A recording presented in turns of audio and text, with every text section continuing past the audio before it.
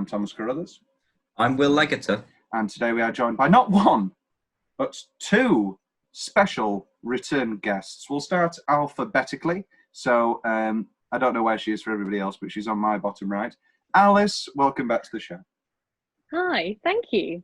How exciting. Yes. And following directly in the alphabet, Becky. Yes. Hi.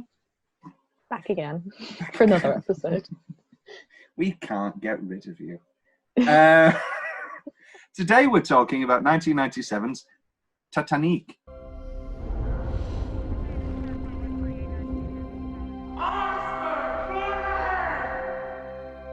Titanic was called the ship of dreams, and it was. It really was. All right, open your eyes.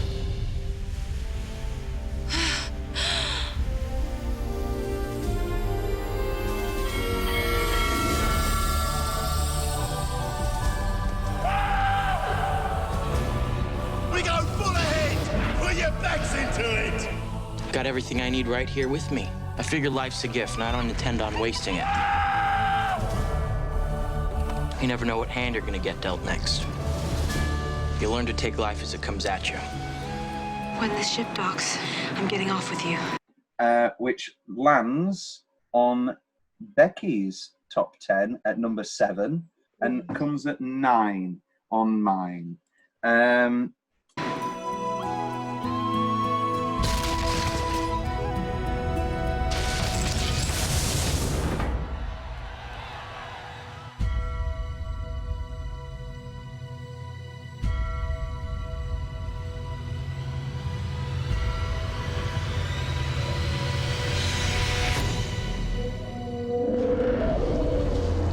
God almighty.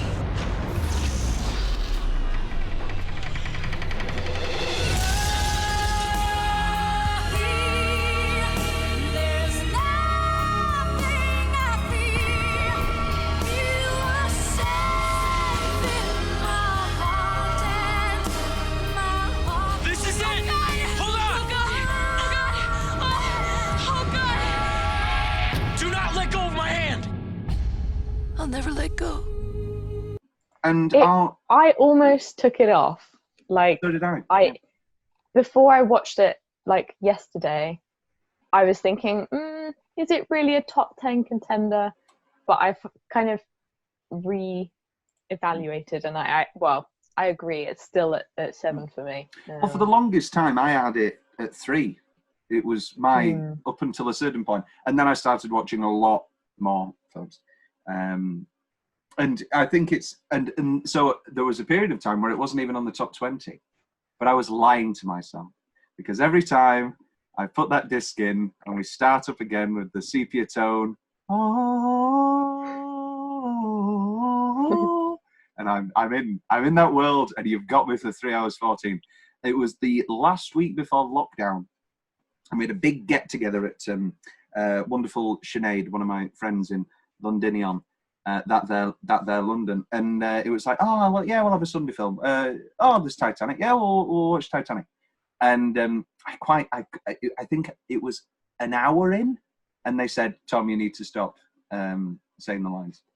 And then it got to a certain point near the which we'll get to in 10-minute stretch, where I was like, this is the best shot in the film. This is the best minute in the film. Actually, a precursor to the show. Yeah, and because the amount of times I watched this film as a child was obscene. I used to have the VHS, which was 2, and so I would usually just watch, because you had to obviously rewind all the way, so I would usually just rewind to them getting out of the car and it being and the sinking, because I do think this film hits its stride when it hits the berg. Not Krista Berg, Lady in Red. Great track, Lady in Red. Will, what's your stance on Titanic? I don't think we have ever talked about Titanic before. Have we not? I love Titanic. I'm always there whenever it's re-released in cinemas. I always go. It's a beautiful thing on the big screen. I think the first. Well, I've got a very strange memory of. Do you know the village hotels? Like the UK hotels that have pools. that have gyms. Yeah, we used to go there for Bannatyne, like isn't it? Sorry to weekend interrupt. holidays. Isn't that Duncan Bannatyne? Doesn't Bannatyne own them? It might be. You do your anecdote. I'll Google Duncan Bannatyne. But like we used to have family holidays to village hotels. They're just like a Premier, but with a pool. But we used to make a whole weekend of it. It was very fun. We went to South Shields and watched Titanic, and it was one of the greatest days of my life because I had one of those scooters where you had to wiggle, and that made you go forward, and it had like 2 bits coming off.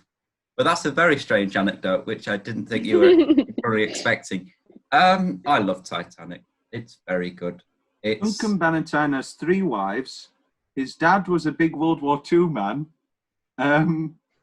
but he doesn't own village hotels. He doesn't. He owns a lot of gyms, and that's where I've got it. He owns a Bannatyne's gym, I guess the clue's in the title, that's next to our local one in Wakey? village. Yeah. That's where I've got it confused, because it's the same building. It's a village hotel and a Bannatyne's gym. And I've... Conjunctivitis? Is this village like a northern thing, or like I've never come? Oh yeah. No, I've never heard of them. Where do you herald from, Alice? I'm from Shropshire, so West Midlands, right next to Wales, on the border, but not in Wales. Good. Just to make that clear. Yes, I call it a long-running joke, but it's a long-running depression. Is my unintentional hatred of the Welsh, which actually will come up later in the film. Great, love that. I am don't half hate Welsh, the Welsh. so shout out to my mum. It's that weird thing where hating one Welsh person so instinctively has somehow coloured me to all Welsh. Is that not just called racism? Or No, because it's not because he's Welsh. It's because of everything he stands for and everything he does. I was nearly going to say it's not racism if he's Welsh, but that's... We'd be cancelled. We'd be cancelled if anybody was watching the show. Titanic, 1997. We cannot lament that... No, wrong word. We cannot avoid that until this film was released, this was supposed to be the biggest box office. This was supposed to be the biggest failure of all time. Really? Didn't you know? No. Yeah. So skyrocketing budget. Obviously, it got to a point where the studio basically had to weigh up: are we going to start cutting corners, or are we just going to dump more money into it and make it as good as we can? And they did that. Good, thank God. And basically, the film, it was, James Cameron is a mess or whatever. There was lots of articles about improper safety, which was completely false. I mean, sure, James Cameron run the set like Himmler, but safety was a distinct priority. Suddenly, pardon the pun, the tide turned. People started seeing the film. The critics, the reviews started coming in. The Oscars started coming in. People started going more and watching it over and over and over again. Its biggest day, profit-wise, was Valentine's Day of 98, and the film had already been out for 5 months. That's how much this film... I mean, obviously, it's a phenomenon, and as we know now. And I feel... This is an odd... I think we can start here. I feel as if, pardon the pun again, the tide has turned once more. You've got... Let's mark the trajectory. You've got Titanic fever. Everybody loves Titanic. It wins all the Oscars. It wins all the money. Gets all the money. Everybody loves Titanic. Then suddenly you've got the backlash. And it's like, oh no, well actually it's really cheesy. Actually the romance is shit. Yeah, sure, it's a technical marvel. But yeah, it's bad. I think we're now on an up again. I think the Titanic Renaissance. The Titanic Renaissance. I think people are now genuinely not ashamed to admit that it's an epic in that great David Lean tradition of Dr. Zhivago and Lawrence of Arabia. I think it's more of a fact that it's just so popular and so famous and such a good film that people don't want to like it because I'm really good at films. That's Titanic. Everyone knows Titanic. I like Dr. Zhivago, for example. No, because Dr. Zhivago is also great. I know people who dislike Titanic, and I don't know whether it's because it's the kind of classic romance story and they're not romance people, or whether it's because like you don't quite get the sort of clever dialogue and like very fast-paced like storylines and things of some other films. And I can appreciate that it's not like the best film ever, but I think it's in my top 10 for like production and just the way it's been made and the beauty of it, basically. Now hold on to the railing. Keep your eyes closed. Don't peek. I'm not. Step up onto the rail. Hold on.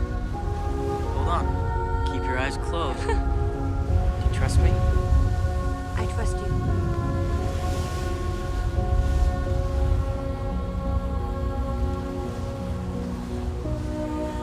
All right. Open your eyes.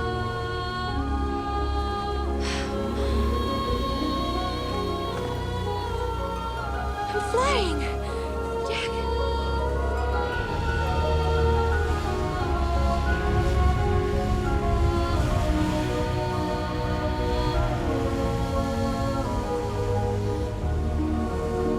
I would say that I'm someone who hates romance films with a passion because I'm heartless.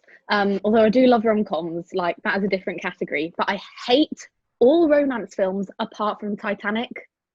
So I would argue like the people who are just saying it's because they're not romance people, is it just a bit of snobbery going on? That's, you know. I think also you've got the thing of people, you look at, let's just say Pulp Fiction. I've got Pulp Fiction in front of me here. You look and you've got it behind me. Yeah. Hey. You look at Pulp Fiction and it's so, you know, I don't necessarily think it is so intricately scripted. It's brilliantly scripted, but everyone's like, oh, look at it, it's all out of order and the dialogue's so great. People, and then you look at Titanic, and I say this all the time, it's one of my go-to critical comments. It strives in its simplicity. James Cameron's pitch, he read up on the Titanic, he got the pitch to 20th Century Fox before a word was written. He was really, you know, into all of his Titanic stuff. And basically he made the film because he wanted to go on a dive. That's basically his excuse. He made a film so that he could go down and see the Titanic. And he did, I think, 12 dives by the end of it. But he got the illustrated Titanic book, opened it up to the middle, which had this beautiful illustration of the boats going away and it dipping. And he said, Romeo and Juliet on that ship. And it's, you know, it's one of those great Hollywood moments, but they were like, yeah, you're in. And it is. That's all it is. It is Romeo and Juliet on the ship. I think, sure, if the film ends after an hour 20, you could say this is really corny. This is quite a, you know, come on. But you cannot deny that the minute that berg hits, the minute they see the berg is, I mean, it's a bit, you could say it's crude and insensitive to call it an action film, but it is such a masterpiece of action, tension, tragedy. And yeah, you've got that beautiful hour of setup, which you need, obviously. And I think, you know, your key, people always say it's corny. That corniness is lost once the berg hits. The only corny moment after the berg hits is, for me, is Rose going, oh, Jack, look, this is where we first met. And that, and that's corny, but that's out of complete fear. And Jack doesn't go, oh, I love you too, baby. He kisses her so hard and pulls her in, and it pulls his cheek. And he holds her so tight that corniness is gone straight away because it's out of fear. I adore this film. This will come clear. But that moment is undercut immediately, and he just pulls her so tight. It's wonderful. Let's jump to opening line Hall of Fame. Lower her down. Not the best. YouTube comments. Let's see what the kids are saying. Pardon me. And where exactly do you live, Mr. Dawson? Well, right now my address is the RMS Titanic. After that, I'm on God's good humor. And how is it you have means to travel? I work my way from place to place, you know, tramp steamers and such. But I won my ticket on Titanic here at a lucky hand at poker. A very lucky hand. All life is a game of luck. A real man makes his own luck, Archie. Right, Dawson? And you find that sort of rootless existence appealing, do you? Well, yes, ma'am, I do. I mean, got everything I need right here with me. Got air in my lungs and a few blank sheets of paper. I mean, I love waking up in the morning not knowing what's gonna happen or who I'm gonna meet, where I'm gonna wind up. Just the other night, I was sleeping under a bridge, and now here I am on the grandest ship in the world having champagne with you fine people. I'll take some of that. I remember when this film was on the cinema and how my great-grandfather told me that he had a relative on the Titanic. His mother's cuisine, I presume that's supposed to be cousin. He said his name was Franz Carlson and that he was working on a boat as well, not the Titanic. I later found some facts about him on the internet. I'm happy he could read a little more about Franz before he passed away. I miss him a lot. Oh. He was very clear in memory and mind until the last year. I have now taken care of the American pendulum clock that Fran's father brought home to Sweden. He worked on a boat too, like his son. Great trailer. That's lovely. Wow. Great trailer. Somebody's quoting Great Gatsby. Rich girls don't marry poor boys. I guess that makes sense. We can't talk about Great Gatsby. Alice hasn't seen it. I haven't seen it. I got told off yesterday. I was explaining the plot. Yeah, it was almost traumatizing.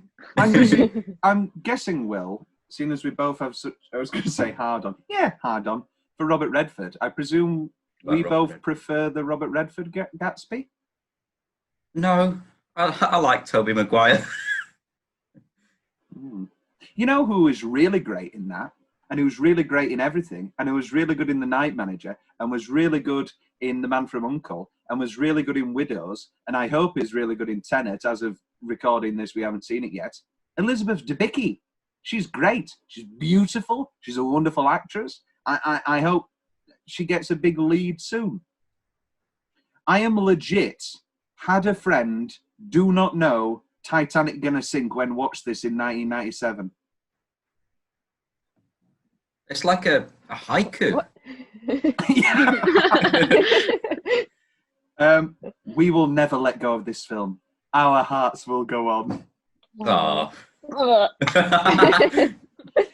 In the end, the ship stinks. Oh, you're funny. I wish I saw the movie. I didn't actually, but I will try. I did see Ms. Winslet, or whatever, or what looked like her. Great movie. Even our Japanese sales guy said it broke his heart, and he's as practical as you can get. I think he knew our company was closing up for that region. What are these things? What? Oh my god. I love this movie, Old Memories, back when I was child, handsome young Leo. Maybe that would have made more sense now with comments. When I watched this movie, I had a dream that me and my crush from school were on the Titanic, but we survived. When I woke up from the dream, I was crying, and I'm in 4th grade. Oh no. Whoa. No, that's really... I had a dream. Anyway, it doesn't matter. Like Martin Luther King. God bless whoever survived. What a lovely note to end this section on.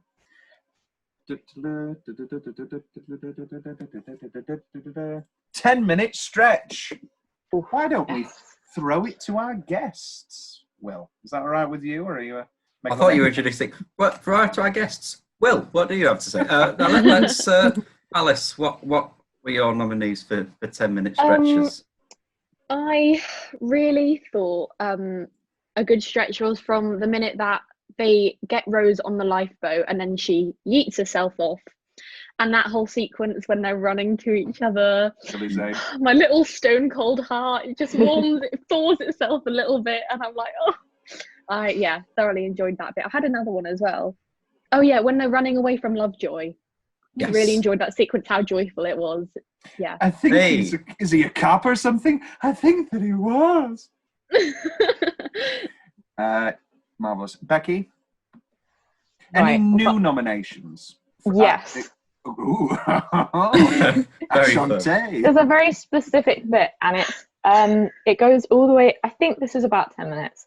It's from when Jack like grabs someone else's jacket, puts it on, and then like pulls Rose off to the side. Pulls her to the gym. There's an almost kiss, and also the moment when she does the like triangle eye thing where she goes from like each of his eyes down to his lips, and you can see her eyes flicking around like kiss me, and then it just doesn't happen, and you're like and then she sees the little girl, and then then it goes into the like the sort of flying on the front, the first kiss, and then through to the like draw me like one of your French girls. That whole we're taking. Oh no, that's a different 10 minutes. I'll give you burgeoning love as a 10-minute stretch. but painting into sex. Here's a little. It's a drawing. It's a completely different artistic style. There is no painting whatsoever in this movie, Tom. I'll have you know that there's like a few paintings. Isn't a line. I'll have you know there's a few paintings by something Picasso. Never amount to a thing. And then Leo, man of the world. Oh, Monet! I love him. Look at his brushstrokes. Look at his colours. I was literally As much as I say this film is excellent, I have a few little changes, but I wouldn't change a thing in actuality. Sorry, Becky. As you were. I mean, that was my main one. The other one is just when they were actually in the water, all the way through from like the holding hands bit through to the like. Don't let go, and then Jack. Bring the boats back. Bring the boats back. Jack. I'm famed. I am famed in mixed company for my impression of the breathless. Can I have lots of babies, Rose? I don't know about you, but I'm going to be writing a very strongly worded letter to the White Star Line after all this. It's brilliant. Brilliant stuff. To quote from the final watch, I can't remember who said it. I think it was Hen, and she said, "If that was my man, I'd keep talking to him." So I don't know whether the science continues with that thought, but I believe that. But actually, there's a lot to be discussed around that last scene. Yeah. I've seen it all over the internet of like, can he fit on the piece no, we're not even talking. All of that. Right. We could bring physics into it. We'll get to that later, and I'm going to put on my phone a minute timer, because all my bloody life, I've had, not you, Becky, but bloody people. Kabuff, fit on the door. I don't know how to turn it to Gonzo the Muppet. Right? And we're going to have a minute, and that's it. Okay. But we'll get to it later. Where was we? 10-minute stretch. Any others, Becky? That's it for me. Will. Hello. I've got 3 nominees. The first 10 minutes from playing cards, winning, and then going onto the boat and all the engines starting up and the music and the propellers and whoosh. Lovely Mr. Murdoch. What's the engineer likes that bit? I do. I love pulleys. Stairs. Know what to get him for Christmas, Becky? A gear. Titanic. A scale model. The bit where Jack's at the bottom of the stairs. This is nice. Going into the whole dinner scene. I like that. I saw it on a Nickelodeon once. I've always wanted. Great. And then the band playing the violins into it, going down. That's my special note at the end. It's just that string quartet. Oh. Which is expertly parodied in the opening of the Simpsons movie with Green Day on the barge that sinks in the pollution-infested water. Great. That brought back a memory I didn't know I had. I forgot I'd even seen that film. Wow. I'm famed for obscure references that bring back many fond memories. Michelle Pfeiffer, when she sees the woman in the red dress and she remembers that she saw Harrison Ford in One Lies Beneath. Okay, I've got final stern sink.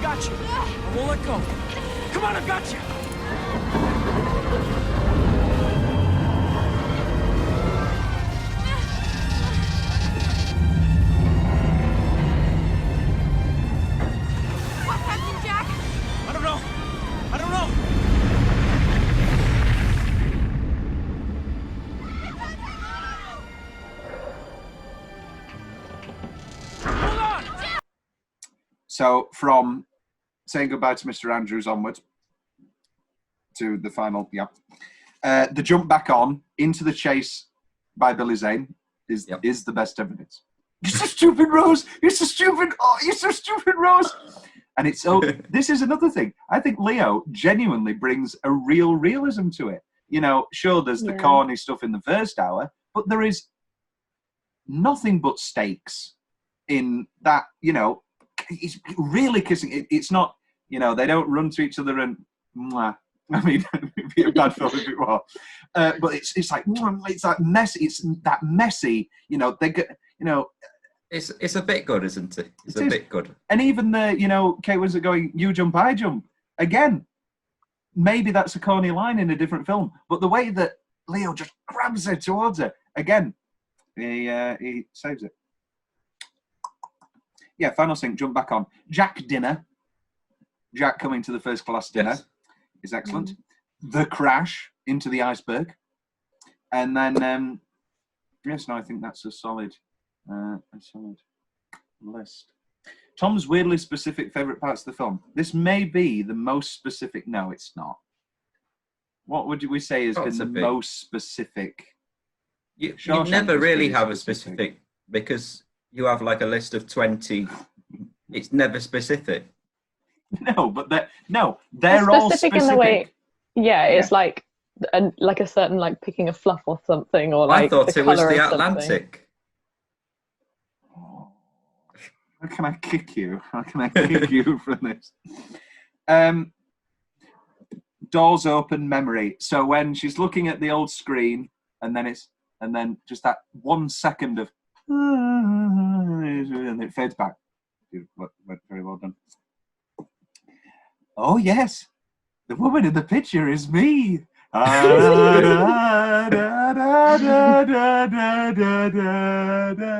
then it's straight into, she's a goddamn liar! She's an actress! Like that Russian chick, Anesthesia! The best line he's ever written. These are slightly out of order, but the single best part of the film is Mr. Andrews adjusting the clock and the drink and falling. Yeah.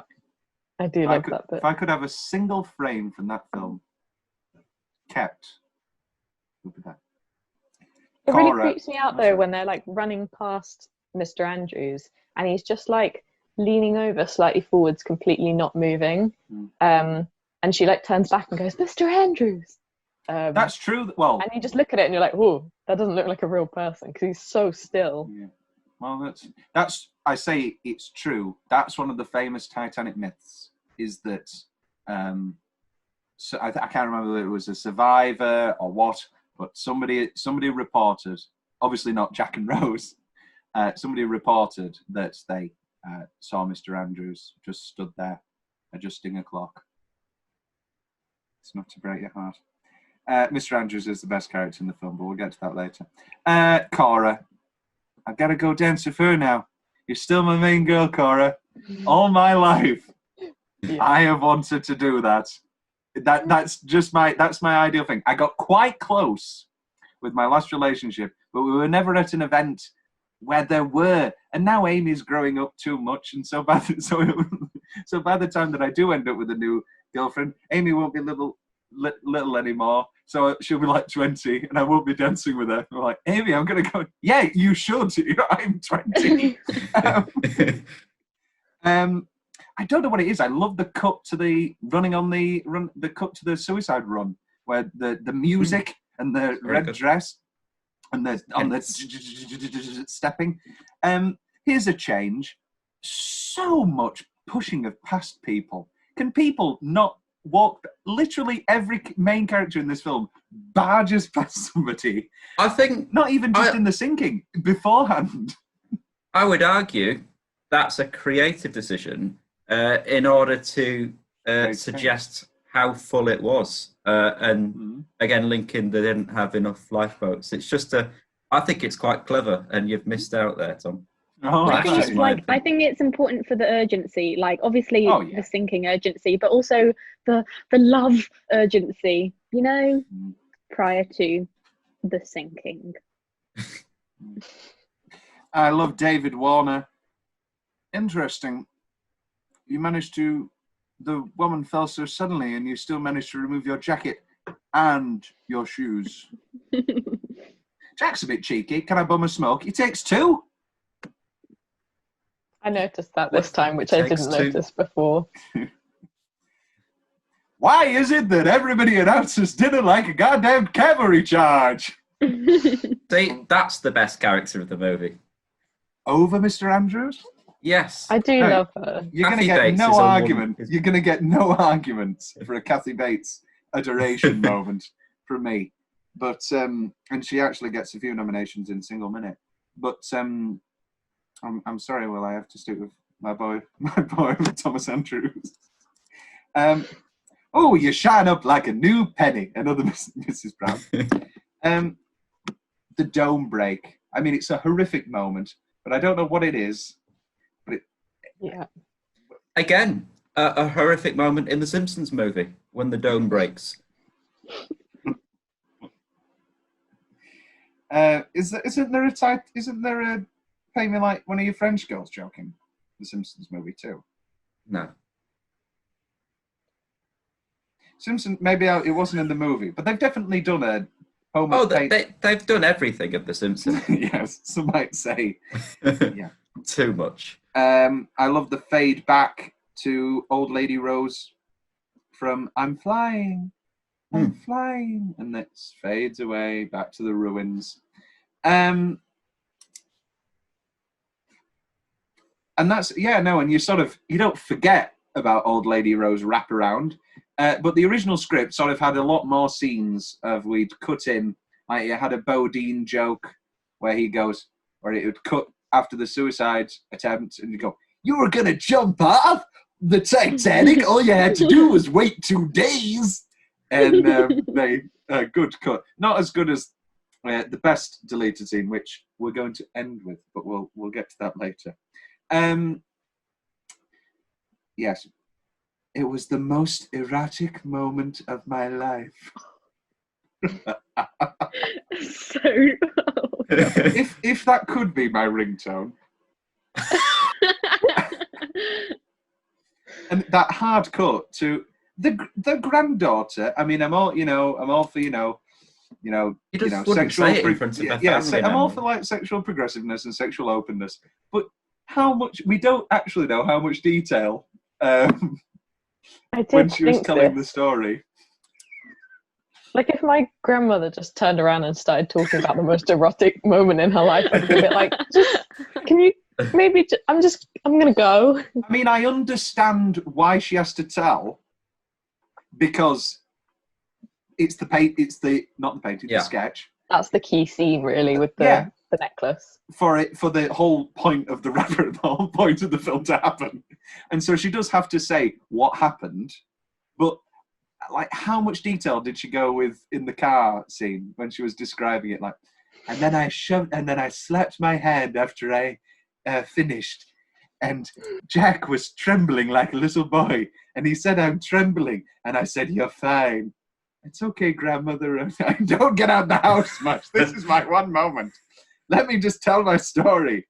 I didn't even tell your grandfather. Good. I don't think he wants to know about you getting shagged in a car. You're so stupid, Rose. Oh. What? Oh, Rose. Yeah, you're so stupid. No, that's another one of my favourite moments. Is May going down? Oh. Law! He's got his... In real life, did you know that he did dress up like a woman? Not fully, like, he didn't get a full dress on and do his makeup, but he grabbed a scarf and he pretended to be a woman, to get onto a ship. So, in actuality, Ismay was even more of a bastard. Just so he could get a lifeboat. Yeah. Should have gone down the ship. He made... Oh, anyway. The axe gag. It's just a really funny gag. Right now, try and hit the same place again. It's just a good gag. The submarine's going back up after she's finished the story. Because it's a real, throwaway thing of earlier on. They're like, okay, we're going to lower the subs. And you sort of forget that they're down there. And then once the story's over, they go back up. It's very subtle, very good. You unimaginative bastard. Spit.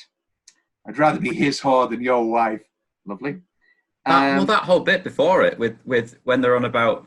Oh, I hope there's enough space, and the better half of the people. That's just all. Oh, will the lifeboats be seated according to class? Oh, shut up, you mother! Half of the boats, there aren't enough boats by half. Half of the people are going to die. I do find it funny how many times people say "shut up" because it's a 12. Like that was the one thing the studio said. It's like, we can give you all this money, but you're allowed the one sex scene, the one fuck, and so everybody's just like, shut up, even though everybody's going to die. I think in reality there might have been a bit more effing and blinding, but anyway. Zane with gun, the single best shot in the film, and I've got it wrong actually, it's not when he's got the gun, it's when she's on the other side of the boat with him, and the ship's leaning, and he goes through the what's it called? The main room. Anyway, the driving room. He goes through there, and the fireworks sets off in the background, and he's so angry. It's great. I love that Smith. Very little thing. Captain Smith at the end is the last person to clap, because the captain is always the last person to go down with the ship. Beautiful stuff. Will, you're more general. Finally, I'll be quick because I wasn't expecting that many notes. Jack's drawings, his sketchbook. Yes. Any time someone shows a sketchbook, I'm like, yes, please. But not any time.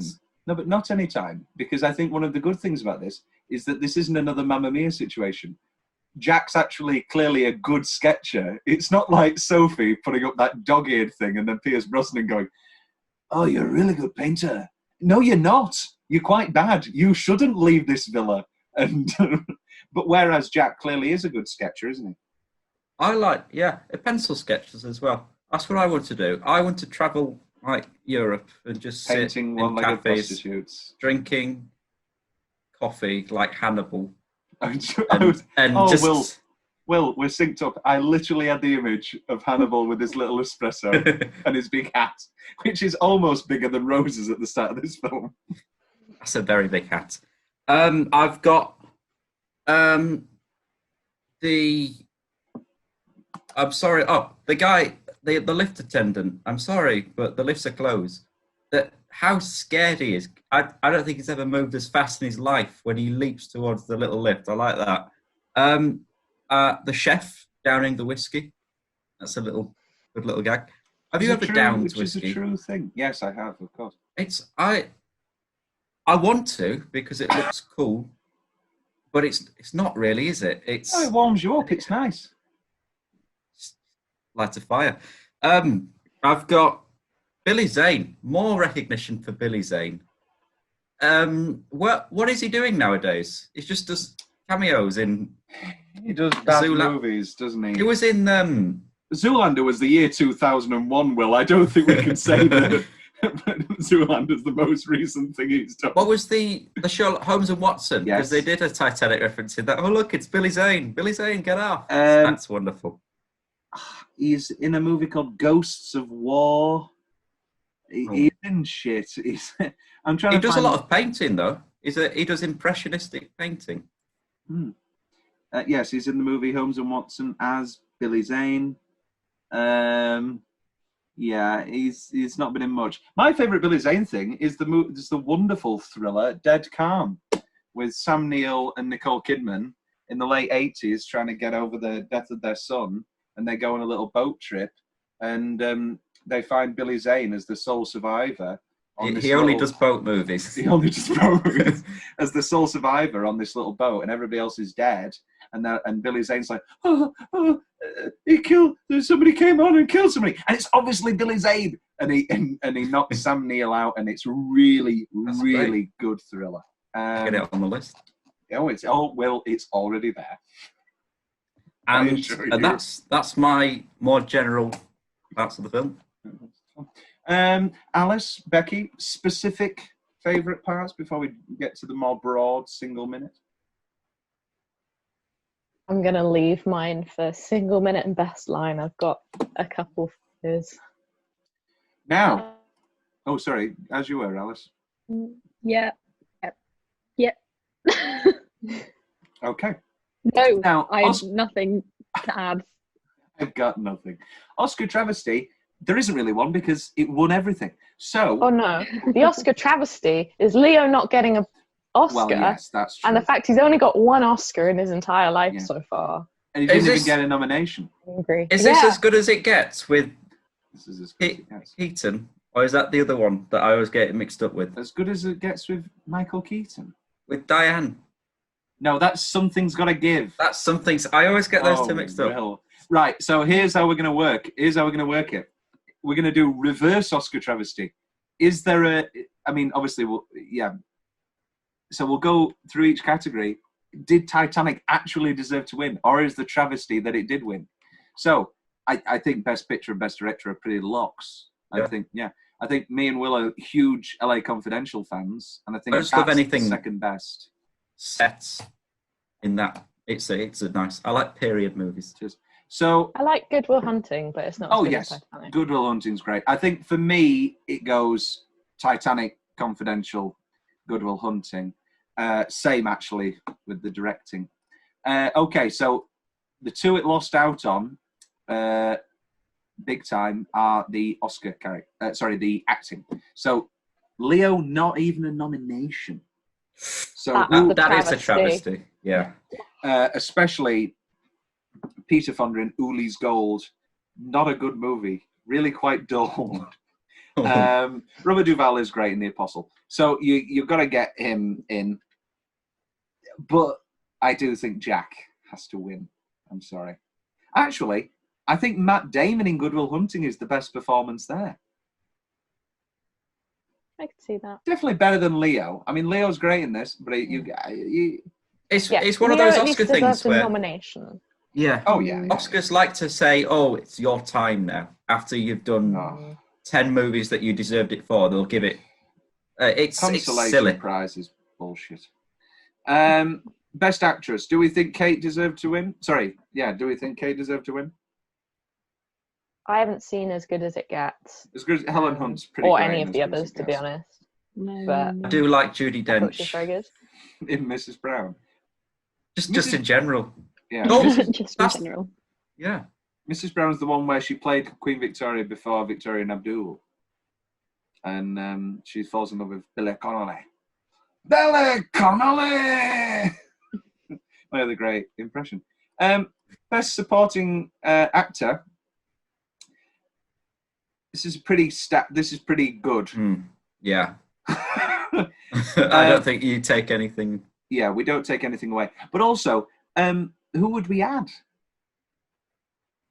Me. Oh, you could do Victor Garber as Mr. Andrews. Oh, yeah. Okay. Lose Anthony Hopkins in Amistad and put in Victor Garber as Mr. Andrews. I want to add. No, go on. I want to take. Yeah, Glorious Days, but then we also take. I love John Cusack. I'm sorry. That's a lock for me. That is Kathy Bates. Give her another award. Yeah, I would put Kathy in instead of Gloria personally, purely because of the little thing at the little noise she makes at the end. It ruins her entire performance for me. Oh, we'll get to that. Oh, I can't. It pisses me off so much. It's great. so awful. So awful. That will get it. Why did Taika Waititi pop up? Oh, wow. Oh, because he won that. He's the current holder of Best Screenplay for Adapted for Jojo. Yeah, no, I think they're two of the best supporting actor and supporting actress categories I've ever seen. Best Screenplay written directly for the screen. I think, does Titanic deserve a nomination here? I don't think so. I don't think any of its best qualities are in its writing. I think Goodwill is very well written. In a year where Full Monty, Boogie Nights, and As Good as It Gets losers, you've got to have a pretty good, and Deconstructing Your Hydra. It's not Woody's best, but it's pretty good. You've got to have a pretty good script, and you sure damn do when it comes to thing. Okay, so it swept the what am I talking about? Swept all of the sound and everything. It really did, didn't it? Will, what do you think of the score for this film? I think it's tremendously beautiful. It's beautiful. I have one comment on this, and it's actually probably one of my changes. I really, really hate synth voice sounds, and there are so many in this film. Yeah. It's that you can hear it almost like on a keyboard.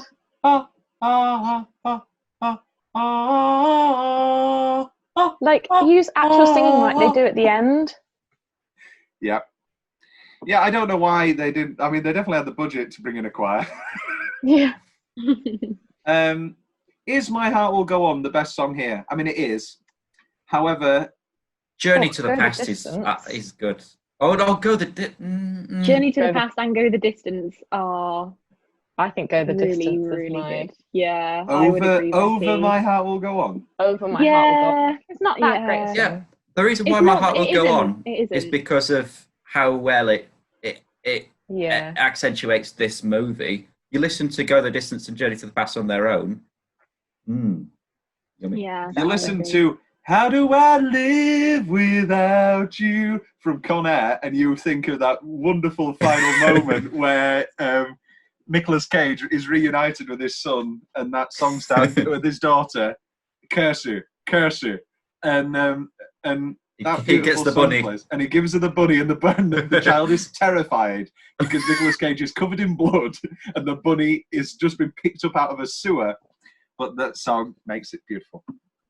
How do I ever forget? How do I live? Great song. Will's favourite building on set. It's the Titanic. Titanic. But what's your favourite? Obviously, this was obscenely accurate. So you're actually talking about your favourite room in the Titanic, the actual boat. What is your favourite room / suite / place? I do like a quality street. My father's living inside me today. All the bad jokes are coming out. Oh my God. Could phrase that better. Jesus. First of all, this is like my dream job. If James Cameron rang me up one day and said, hello, Will, how are you? I'm all right. Famously Yorkshire-based James Cameron. Would you like to come and design and build a replica of the Titanic? Yes, I would. It's the staircase. It's with the big dome. Yeah, that's. I was going to say, if you didn't pick that. Oh, no. Which is actually 18 inches bigger. Because what people don't understand about history is we're a lot taller than what people were. So everything. I'm not. Oh, well. No, but the staircases, so the staircase was actually a bit smaller. Because people are just bigger now. As you were, Will. That's my favourite. Okay. Yeah. Best single minute, then we'll go in reverse. I don't want to speak for everybody, but I think we're all agreed in that it's Nearer My God to Thee montage. I put it in 10 minutes, but it's the violins.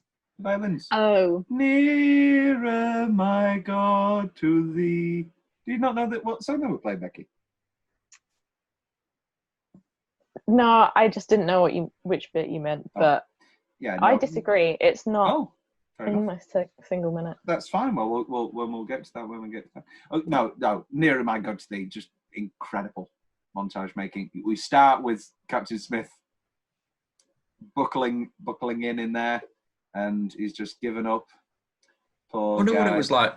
I mean, filming the whole movie with all the water scenes, but especially that captain scene with the water. They must have cut it so he wasn't actually standing there. That's a stunt double, but James Cameron is in there with him with a spare oxygen tank in his camera in the corner, so that he's got his oxygen tank and he's got a spare oxygen tank for Captain Smith once the water has filled the room, and he's got his camera. Absolute madman. And it shows, and it's an incredible shot, because that you've got that moment of transcendence. You've got, and the kids live together forever in the land of Niarnanog, or whatever the fake place is called. And then you've got the Mr. Andrews and the boats falling, the Macy's, the real life Macy's couple going to bed, and then you've got that beat drop of dun dun dun dun dun, and then we kick in to that final half an hour. I have the final staircase, falling asleep or dying. We'll get to that later. And she goes up the stairs and she's with him again, and it pans around. Okay? Let's do this now. Which is the cry cue, or do we all do we cry? The sepia. Not anymore. I can't cry at it anymore. I'm all cried out.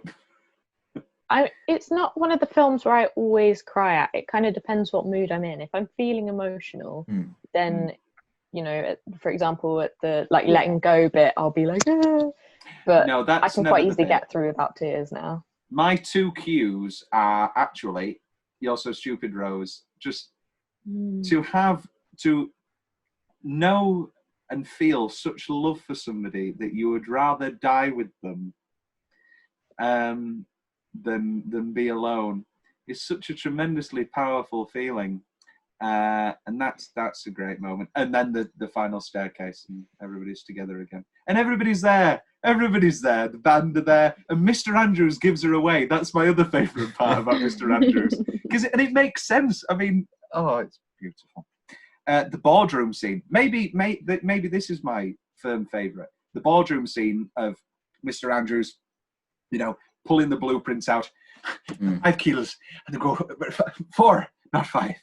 And I do like a blueprint. It is, and then the ship can't sink. Oh, I assure you it will, sir. It's made of iron. It's a mathematical certainty. How many souls on board, Mr. Murdoch? 2,200 souls on board, sir. May God have mercy. The initial transition from, they say the Titanic was the ship of dreams, and it was. And we paid. I mean, imagine seeing that in 1997. Oh my God! What could you even imagine? And now every other week you've got fucking hundreds of shitting Skyscraper robots. with Dwayne Johnson. Great. He climbs up a crane, not by the ladder, but by the reinforcement steel. It's great. It's crazy man. He's a crazy man. Molly Brown on the lifeboat. I don't understand a one of yous. There's your men out there.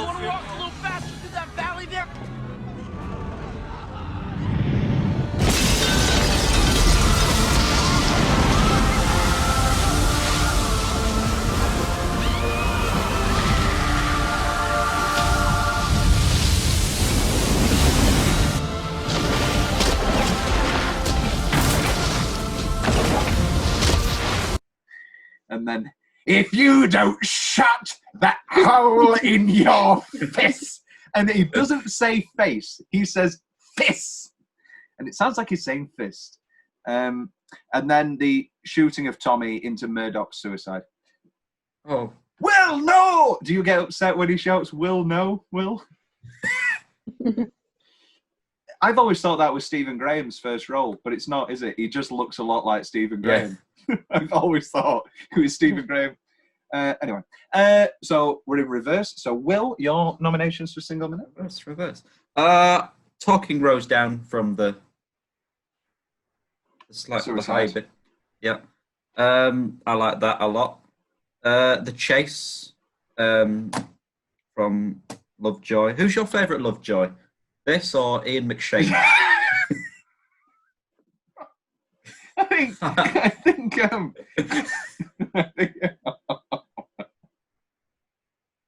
think he'd have to be. I think he'd have to be David Warner. I think this is my favourite David Warner. It's not my favourite Ian McShane. Or is it my favourite David Warner? Because he's very good in Inside Number 9. He's very good in Inside Number 9. I've got the fights with Lovejoy in all the water. That action bit, that's great. Wait, how did you see that? The fights? That's a deleted scene. Is it? Oh, well, I've been watching YouTube. Yeah, that's a deleted scene, yeah. Is it a deleted scene? Yeah, because that's one of my changes. Add it. Add that? Right, and I've also got On the Door. Yes, very, very touching. Indeed. Reverse. Becky. Yes. I've got two. The first one is the third class party. So like, oh yeah, everyone just like dancing on tables. It's such like a joyful moment, and you're like, you can really feel her like, you know, loosening up. It's just a great moment. So you think you're all big men? Yeah. Oh, we'll come round to the whole going up on point thing, but yeah, it was the little things in that scene, like the little girl. Cora. She's really sad. Cora. And then like Jack pulling her closer, and you got the shot of like her or him like wrapping his arm around her and like pulling her in.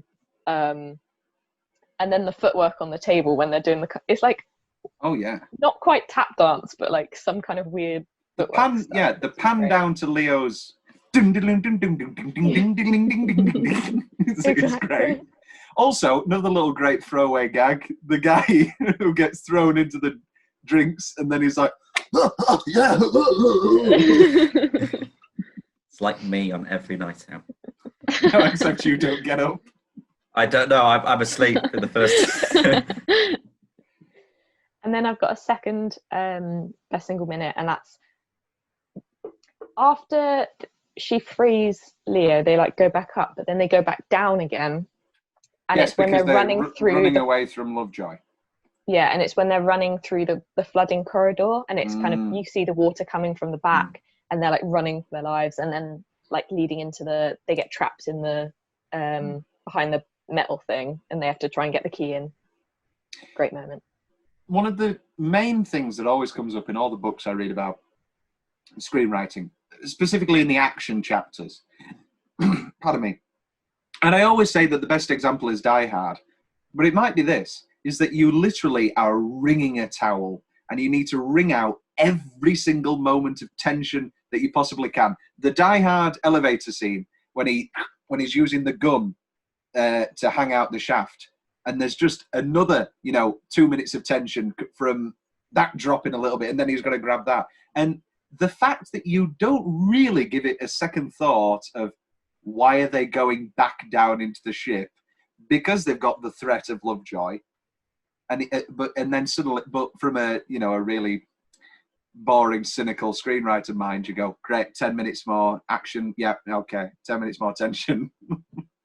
Alice, any nominations for single minutes?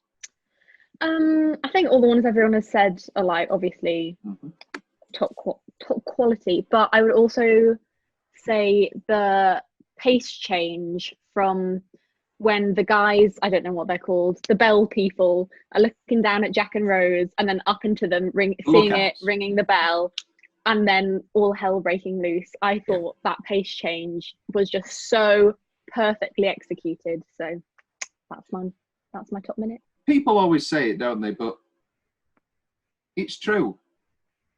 You really think every time, oh, maybe this time. Yes. It's ridiculous, and it's so stupid. You go, and it's flawless filmmaking. Awesome. Best line. Well, yes, ma'am. I mean, I got everything I need here with me. I got air in my lungs, a few blank sheets of paper. I mean, I love waking up in the morning, not knowing what's going to happen, or who I'm going to meet, where I'm going to wind up. Just the other night, I was sleeping under a bridge, and now here I am on the grandest ship in the world, having champagne with you 5 people. I figure life's a gift, and I don't intend on wasting it. You don't know what hand you're going to get dealt next. You learn to take life as it comes, to make each day count. Well said, Jack. Molly Brown, straight away, she's on it. Winning that ticket, Rose, was the best thing that ever happened to me, because it brought me to you. We never found anything on Jack. There's no record of him at all. No, there wouldn't be, would there? And I've never spoken of him until now, not to anyone, not even your grandfather. A woman's heart is a deep ocean of secrets. But now you know there was a man named Jack Dawson, and that he saved me, in every way that a person can be saved. I don't even have a picture of him. That's the bit that always gets me. I don't even have a picture of him. Beautiful. I assure you the ship will sink. It's made of iron. It's a mathematical certainty. Iron. It's made of iron, sir. You're a good liar. Almost as good as you. There's no arrangement, is there? Oh, there is. Not that you'll benefit much from it. I always win, Jack. There are a few, let's call them shit-eating grins that Billy Zane throws that you could say are a bit much. He's great. He's great. He's great. Music to drown by now. I know I'm in first class. And yes, Mr. Andrews, I saw the iceberg and I see it in your eyes. Please tell me the truth. The ship will sink. Oh, and then that beautiful, I'm sorry that I didn't build you a stronger ship, young Rose. How can you not say that Mr. Andrews is the best character in this film, William? Because he's not Kathy Bates. Yeah. Okay. Alice, give us some lines. I actually just noted down some really bad lines rather than Okay. good ones. I like this. Right. Well, fine, then we'll save that. Will, give us some good lines, and then we will, and then Becky too, and then we will go to Alice's bad lines corner. I love it. I've got the bit where they draw me like one of your French girls. He's very cheeky, and she says, "I believe you're blushing, Mr. Big Artiste. I can't imagine Monsieur Monet blushing." He goes, "He does landscapes." It's very Jack. You silly dog. I love also that she keeps saying comments, and that's the only one that he passes off as a joke, and he says something back. The other times he's like, "Stop moving," Oh, just wait till we get to my change as an artist myself. Stay still. Okay. I'm the king of the world. Classic. Yeah. Classic. And it's not really a line. It's a scene. It's a conversation. But I love the whole Billy Zane. Do you love him? But do you love him? And then that's great. How dare you? How dare you? That's rude. And they're my contenders. Very good. Becky, good lines. Okay, so like there's all the classics like it's been 84 years and I'm the king of the world like Will mentioned. And then obviously all the ones at the end like I never let go and Jack and but the ones that stood out to me that weren't so like standard were you must have had a love affair with her. No, just with her hands. I like that. That was quite good. No, just with her hands. He's very adamant. And then he doubles down. She was a one-legged prostitute. Look, and then I don't know what sketch he's showing her, but she goes, oh. No. It's the bad hand. Yeah. I liked teach me to ride like a man and chew tobacco like a man and spit like a man, and then goes this weird accent, and it's just a great moment. And then she does learn to ride side saddle at the end. She's got a picture on the horse. And then so there's like two which I picked out that kind of basically I think this film perfectly encapsulates the whole class system and the sexism at the time, and it really doesn't romanticize it at all. Really, it, like you see it and you're like, God, this is awful. And there were two lines particularly about sexism that I noticed. One being, the purpose of university is to find a suitable husband. Rose has already done that. And I was like, and it's thrown away as well. Yeah, it's such like a subdued moment. Because it's in the background before Molly comes over and she's like, I thought I'd join you girls for tea. Well, we were just leaving. And then the other one is, again, Rose's mum, when she's talking to Rose and she's like, of course it's unfair, we're women. And I was like, well, that just really sums it up. You see, iceberg right ahead! Thank you. Iceberg right ahead! On the starboard! Starboard!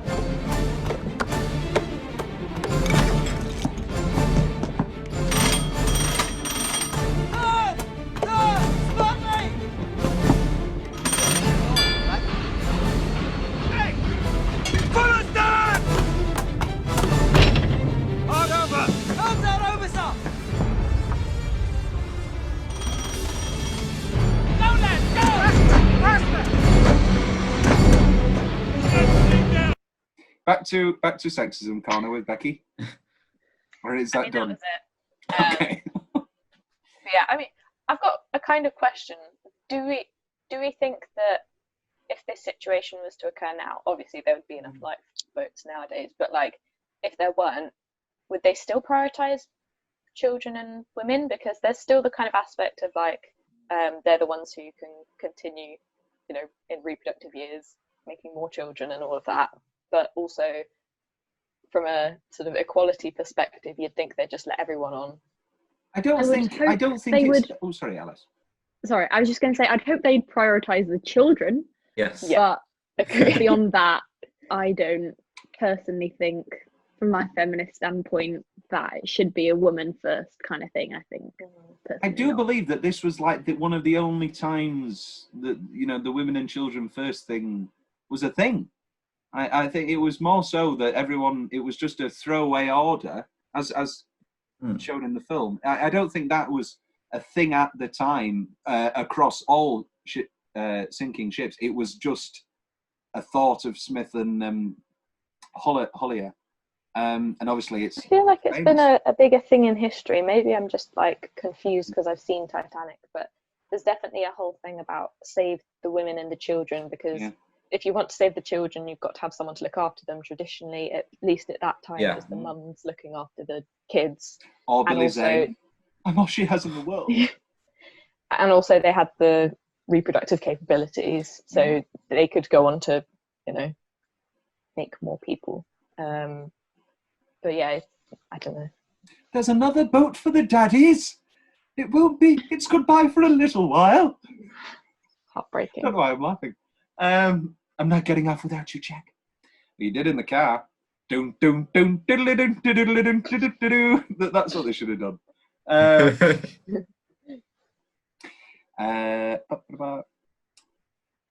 Oh yes, but Alice's terrible line con. Yeah. First one I noted down was I didn't get the exact line, but in response, Rose says, "I know what ice fishing is," and I was like, Jack, this woman is about to commit suicide, and you are mansplaining to her what ice fishing is. She does not need this right now. She's going to yeet herself off to if take you a carry on talking mind about off fucking it. ice fishing. Take a mind off it. Nah, He was quite it was cocky in that moment. It was top level mansplaining. But I don't know why you've gone for that one and not you would have done it already. Surely that's the worst thing he says at that scene. I don't think it's the ice. Oh yeah, comment. yeah. I think it's you would have done it already. I don't know. I get that, but I also feel like I can see how that was going to help in the situation, and I almost feel like it was just subtle mansplaining that, like, even when writing the script, they wouldn't have thought of it as mansplaining. So now I'm like, anyway. When Jack is freezing to death and Rose says, "I'm so cold," that is really not fucking helpful right now, Rose, because he is in the water right now. Yeah, okay? I thought Shut that. up. He should have done a sarcastic comment. He should have done a sarcastic Jack comment and gone, Well, it's rather warm down here. "Oh really? Oh really?" I've also got the obvious, as we already said, it was the most erotic moment of my life. Oh no, that's the, not a bad line. Oh, it's an awful line. And then, because you're watching it, and she says that, and everyone's suddenly coming out of the film and looking at each other and going, "Oh." Anyway, and then obviously old Roses at the end there is awful. And then controversially, I'm still not sold on "I'm Flying Jack." It just doesn't land for me. Like I said, I don't like romance films, so that just tipped the cringe scale a little too much for me, that one personally. I think it's more so Kate Winslet's performance, because I think the first time she says "I'm flying," it's like she's a small child. She goes, "I'm flying!"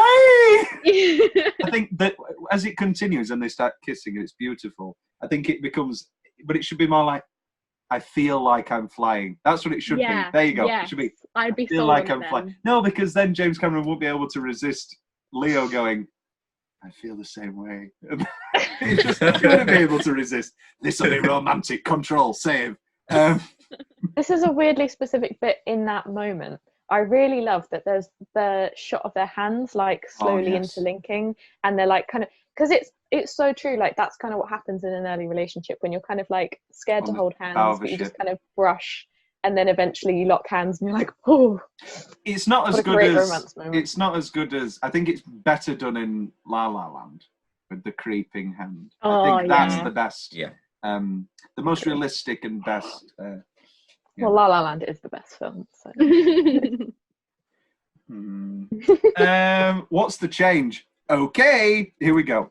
As alluded to earlier, when your film's already 3 hours 14, just make it 4. Like I watch all of the deleted scenes, and I'm just like, right. There's a few that I'm like, sure, you do not needed, but like basically what they did was all the deleted scenes during the syncing, just put them back in.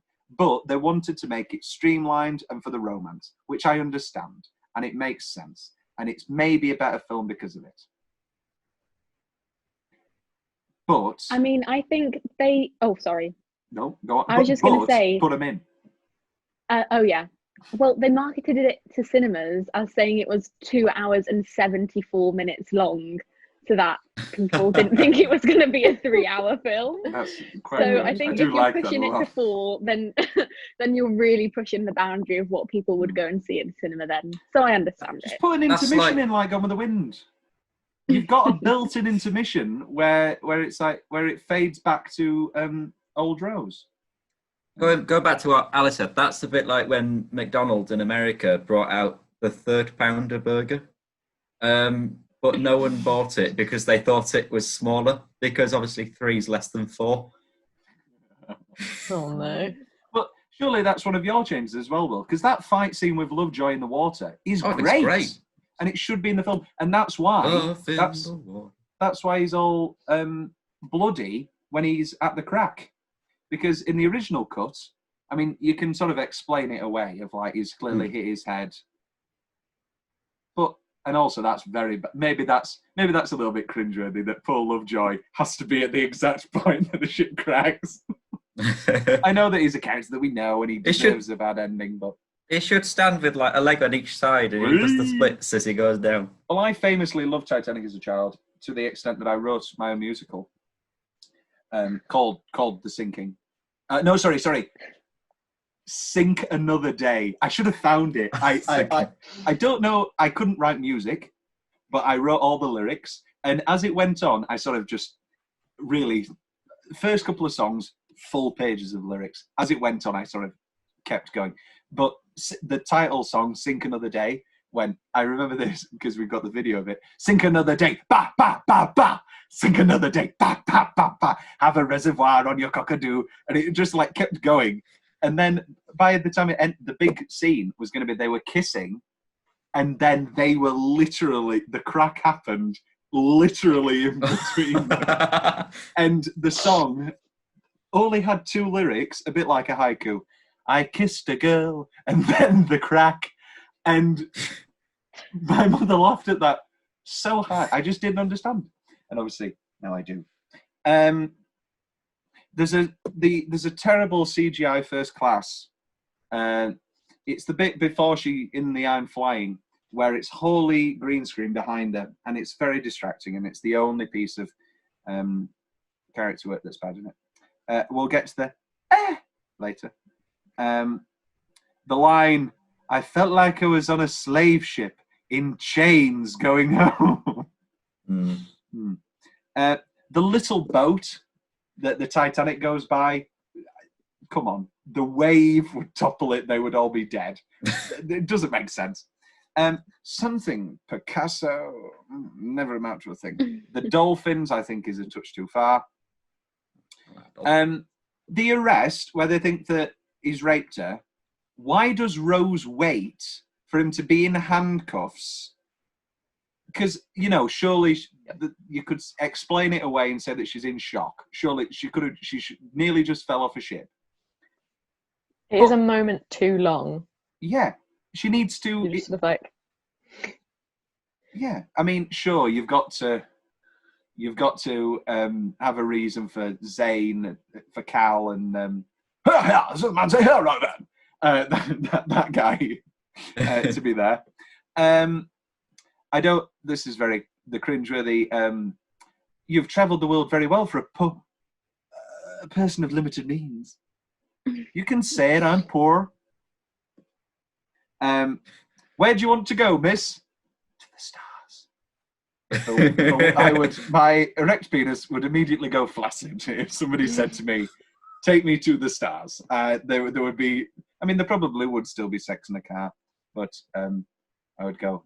But then after things would immediately finish, and then I would go. You know, when you said to the stars, like, did you mean it seriously or was it a joke? Actually, no, that wouldn't happen either because I would want to ruin the moment. Why is every staff like a caricature of an evil person, like an evil villain? I mean, I don't know what it is, but they're all snivelly and, oh, you can't come in here. Maybe that's they're just following orders, aren't they? No, I know. Like the Nazis. Oh. The bit where Bodine says, then what happened? And she goes, do you mean, did we do it? That's nothing wrong. It's then when she says, "No, he was very professional." No, really. The next scene is you going down in the car. Like, it's literally. She should say. Maybe well, at that not point, there. she felt self-aware and actually looked over to her granddaughter and saw how uncomfortable she was. It was the second most. I had sex in that car. It was the second most erotic moment of my life so far. Any changes, Will? As an artist, she needs to stop fiddling. But this is why I don't draw from life, because, well, I can't draw from life. I have to dissect a picture anyway, because I'm not that good from life, because everything moves. It's like, that's an annoying thing. On a tangent, landscapes, the clouds move, and then you're drawing a painting, and then you look back, and that cloud's not there anymore. And it's just like her hand. It's not that, it's slightly... We won't go into it. But also, she wants it to be fun and sexy. Yeah. So if she was just... then it might be less, than... Because he's gone to the effort to say... What I do like is that the fingers... Because the theme of hands is very prominent throughout. You've got as we said, but then Madame Bijou with all of her rings. Yes, Portrait Artist of the Year final with James Cameron, Graham Norton. Oh, and something about hands, like if you do a hand like that, it's boring. So they have to be like all crossed. So when she's got it like that, she automatically puts it into position. It's just those little things. I think, very good. Any other changes? Even the hand on the car. I really didn't think about that before. There is a theme of hands. It's very clever. Yeah. Thank you. And then the hands. And when she's holding the heart of the sea at the end, you see her hand kind of like slowly. Will, any other changes other than your artistic? My art rant is Alice, over. you've talked about your terrible lines, but is there any other changes? I can't think of many other than that. Maybe just the dolphins. Those darn CGI dolphins. I can see the Statue of Liberty. Very small, of course. We've not talked about the Fabrizio yet. Oh, actually, I take it back. Change when at the end when they're driving into New York, sailing into New York, and the Statue of Liberty is right there, and this massive ship. Do you remember just that? Go straight past. No, it's like right there, and you're like, whoa. Yeah, and I was just like, in 1912, that's where the harbour was. Okay, sorry, I don't have enough knowledge of the harbours of New York in 1912. Sorry, Alice. I just wanted to. I wanted to mansplain the New York harbour of 1912. Actually, the harbour was. What name is it, Miss? Sorry. Oh, Dawson. Rose Dawson. Wait a minute. How have we not talked about Bond? James Bond. I put. What could possibly be funny? I put the diamond in the coat. I put the coat on her. Oh, Can't you have a wonderful time together? Written line, but why did you deliver that last part so badly? Why? Will, do you remember when I found out of my ex's new dalliance with a man? And the first thing I said to you was, I hope you have a wonderful time together. Oh. Unfortunately. Anyway. My changes? Yes, Becky.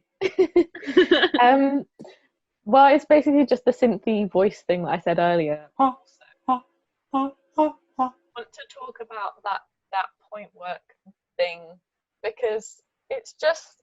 What point work thing, sorry? When she goes up on her toes. Oh, yes. The third class the ballet. I don't like it. Why? I just don't. It's Can you do that without point shoes? You can, but it's not. I mean, like the whole point of going like also her toes aren't like ballet toes. If she had like sort of 2 or 3 the same height, then it's a lot easier to do that. but her toes are like mine. Like the biggest toe is the only toe that you're resting on when you do that.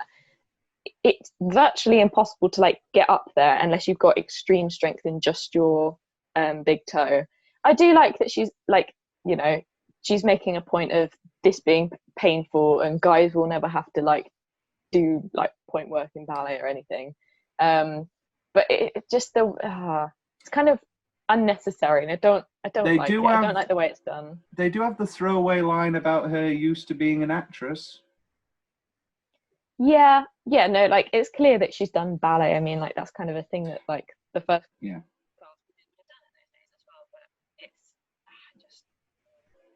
They could throw like the way it's done. They could throw a Rocky-esque training montage in the beginning to justify why she has such powerful legs that she can stand on her feet like that. And also, she's a bit pissed.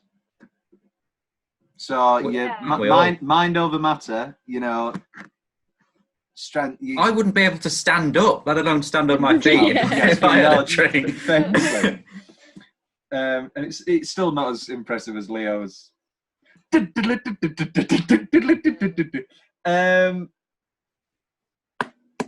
What's left from Will's notes? The Freud conversation. When she just shuts him down and leaves, like the very first mic drop. Have you heard about Mr. Freud's essays on the male preoccupation with size? Maybe of interest. But then also that shows how well written this scene is. That's the punchline, and then you think, oh, okay. But then at the end, he's like, Freud, who's it? Is he a passenger? Love it. It's great. And also, I just love, you know, our favourites, Mr. Andrews and Molly. They just laugh it up because they're like. And also, with, you know, you talk about your sexism. That great bit where he takes the, you know, cigarette out and his orders of the lamb chops, and Molly goes, "You gonna cut a food for her too, Cal?" It's great stuff. I might have to keep an eye on what she's reading.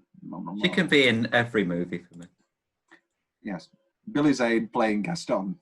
Any other changes, Will? No, that's it. That's it. I mean, notes. Okay, I'll speed through them. The genius of the animated sequence at the beginning, and you watch that, and you've got the throwaway line of, in reality, it was a bit different.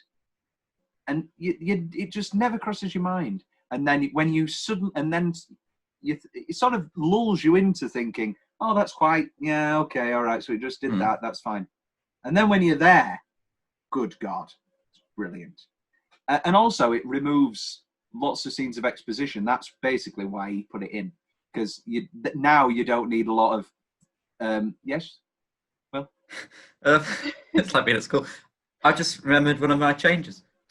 If we talk about engineering for a second, because I like engineering, the ship wouldn't be able to. The way it snaps in half, wonderfully done, but you would have like rivets popping and the metal bending. It's very obviously just two parts that are being pulled together because there's a very clean, jagged line. It just goes, where it would be more violent at the surface where you've got bolted metal together. But that's just another. Well, this is a thing of, it's like Jurassic Park. Like Jurassic Park, when that first came out, that was based on the dinosaur research of '94. What we know now with Titanic, this is completely accurate in every way. Like we haven't talked yet about Cameron's obsession with making this so accurate. This was completely accurate to 1997, everything we knew then. Now we know that it didn't get nearly as high out the water before it snapped. It literally was like, and then it snapped, and then the descent was more so the bobbing. It really didn't get that high. Yeah. On my Blu-ray, there's a wonderful documentary with James Cameron where it's an hour and 40. This is how much he looked, you know, he's got a documentary on the film that's as long as another film, all about all of the stuff that he's got wrong and that we now know. I'd highly recommend. I don't have a 3D Blu-ray player, but this does include the 3D copy. So one day, where was I? The ship took 2 hours and 48 minutes to sink. The film's 3 hours 14. I found that very funny. Which came first? I mean, we know what came first. It's Titanic. The two Swedes being called Sven and Olaf. I'm not a big Frozen guy. Did you miss this? I never Will? noticed that. He called. He says I knew Sven. Sven, Olaf. Oh, I didn't get Olaf, but I got Wow. Sven. Yeah. And then That's you've got great. the That's a great. And then you've got the great verse Sven. yeah. There we go. Frozen based off Titanic. Yeah, the worst. Frozen iceberg. Yeah, the worst Billy Zane line for me is when they've just done where they think he's raped her, and it's, oh, is that the going rate for saving the love of your life? That's fine. But then Rose is displeased. What to do? I mean, it's not a great line anyway, so he does sort of have to deal with some stuff. This is how I learned cutlery, that you go from the outside in.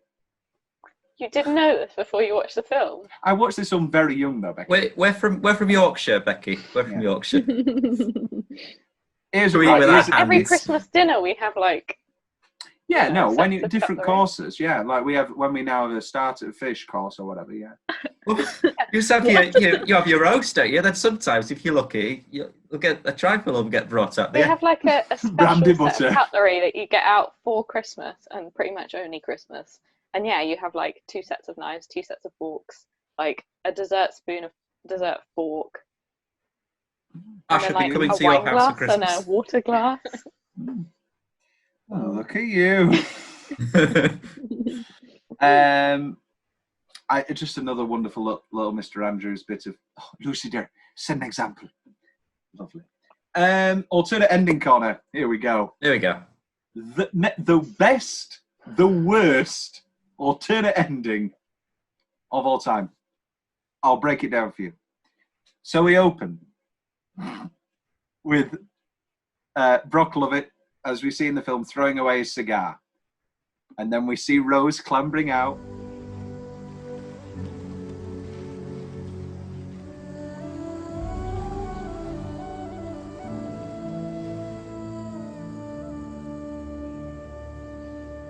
Oh my God. Jesus!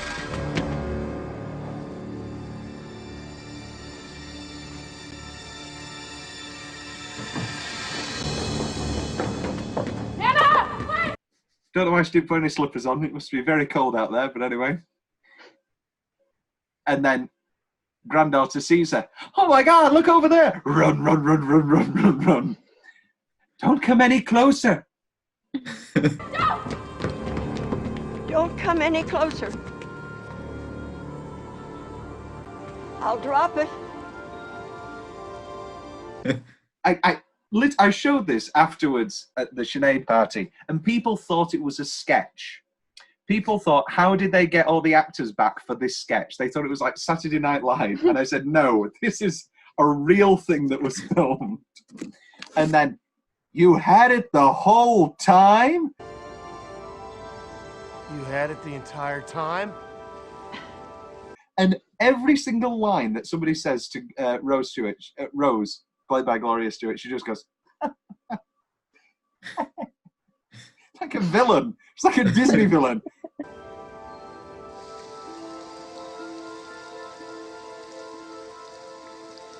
The hardest part about being so poor was being so rich. But every time I thought about selling it, I thought of Cal. And somehow, I made it without his help. And then, look, I don't know what to say to a woman who tries to jump off the Titanic when it's not sinking and tries to jump off when it is. Holy shit. Look, Rose, I don't know what to say to a woman who tries to jump off the Titanic when it's not sinking and then jumps back on when it is. Can I just hold it one time? I've thought about this for years. And I've come all the way here to put it back where it belongs. Wait. Just let me hold it in my hand. And then she gives him the message of the film. You look for treasure in the wrong place, Mr. Lovett. Only life is priceless. And making each day count.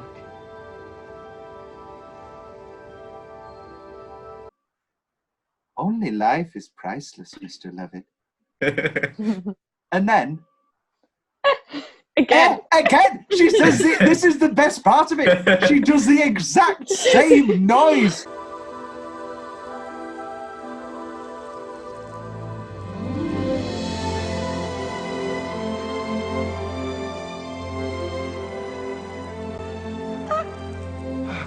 Jesus, no! This is why I was saving talking about it, because I can't get my head around. This was a very specific thing, and it's a different shot. It's not that Was they she used told the same to do shot. it? I don't know. There's Like- nothing on the commentary. Did she decide to do it? Was she told to do it? Because It feels like Oh, the it's just thing that awful. it feels like this was in her contract, that she will only do the film. And she does it the exact same way. And then Bodine, that really sucks, lady. That really sucks, lady! And then just when you think it can't get any worse.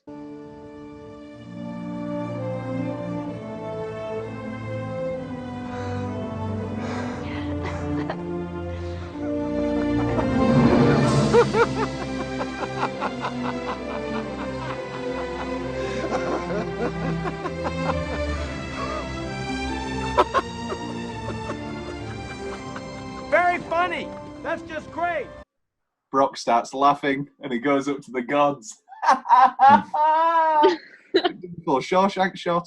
Just when you think it can't get any worse, he turns to the granddaughter. Meanwhile, I'm gonna call my wife and tell her, "Sorry, honey." Would you like to dance?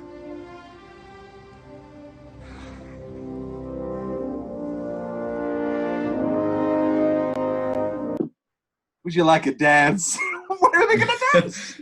Where are they dancing? And then Rose is happy. She looks up, shooting star, and then we're back to. So do we think that? So do we think that the ending in the film is better? yeah, I like that. Like it ends with nobody really knowing, because otherwise it's just bitter, and you don't want to end a film that amazing on like a bitter note where someone's like, "Oh, you should have given it to me." So you're saying that the film wouldn't be better with a villainesque monologue where Rose describes how all of my life it was so hard being so poor, knowing I was so rich. But every time there you go, that's a bit of feminism, where she goes, but every time I thought of selling it, I thought I did it on my own and I didn't need Cal. She's a nice sentiment. And then she goes, this is why I've come out here, to put it back where it belongs. And he turns into a full-blown villain. My main issue with her throwing it as well is that by her throwing it in the water, they're just going to come back and look for it again, aren't they? If they're really in the alternate ending. Now yeah, they've got it. Ending. Yeah. Yeah, that's true. And also, sell it. Like, I know that you want it back at the bottom of the ocean, but it's right. You know what the thing is? It needed to be a present from Jack, because her putting it down at the bottom of the ocean makes sense. But a wedding present from Cal, who she hated, doesn't make much sense. You've got the thing that it's in the painting, yeah, that it's in the painting, yeah, makes sense. But it's not important. If it was like a ring, or I don't know. But isn't that's a nice message? Massage. Oh, isn't it massage? That it's not the necklace that was the gift from Jack. It's the drawing. It's the small things. It's the memories. It's the love. That's the nice thing. I'm going to start a timer now. We have exactly a minute to talk about the door, and that's it. I'm not going to allow any more. Before this timer starts, I'm going to stay completely quiet for it. before this timer starts, I'm going to state this very, very succinctly. They both try to get on, and it capsizes. There is literally no argument. They can't fit on the door. Your minute starts now. They both can fit on the door. Yes. But just because you can both fit on the breathe. door doesn't mean that you're too heavy that it will go down. A house can fit on a playground, but that doesn't mean it will push it down. Weights and area are different things. My main argument is that it is a film, and neither of these characters existed in the real Titanic situation. So does it really matter if you can draw out the piece of wood on the ground and have two people? Like, what are you trying to prove? What are you trying to prove? Because it didn't happen in real life. Yeah, it's my main thing is just the dynamics of it. Like, yeah, it would go on, like, you could fit both people on and then water would get on it, and then potentially risk both lives, whereas it's better to like have someone above. I mean, maybe they should have done that. I don't know. Could they not have That's it. I'm gonna say it. Could they not have done shifts and swapped every 5 minutes? That must be my worse. other point. No, that must be way. I've not seen the Mythbusters. They must have done it, but that must be way worse for And doesn't she hypothermia. keep the life jacket as well? She doesn't give it to him. She keeps the life I think jacket. she pushed him down. No, but she has to. She has to keep the life jacket so that at the end, when she pulls him away, he's not still bobbing there when she's floating. This is one of my notes. I'm pretty sure, I don't know for sure, but I don't think humans sink. When they're frozen, he's a block of ice, remember? But he's still got air in his lungs, unless obviously when it goes into his mouth. But his mouth would have been forced shut because of rigor mortis. Yeah. So I'm pretty sure he would float, and also I don't know. Could be. You need it for the film. You need him to sink. Other big questions. We've talked about, is this movie actually bad? If Jack doesn't die and the ship doesn't sink, do Jack and Rose stay together? Yeah. Yeah. Or is it a hot weekend? Is it just I think a hot it's hard to weekend tell fling? because it's literally the whole thing happens in the space of about 4 hours. It very much is that first day, and I don't think anyone could look at a relationship on the first day and say they're not going to last. Like other films where I am more skeptical, it's because there's like a basis. You've got a whole sort of relationship to go off, whereas in this it's very much like a 1 day, maybe 2 day thing. She definitely leaves Cal.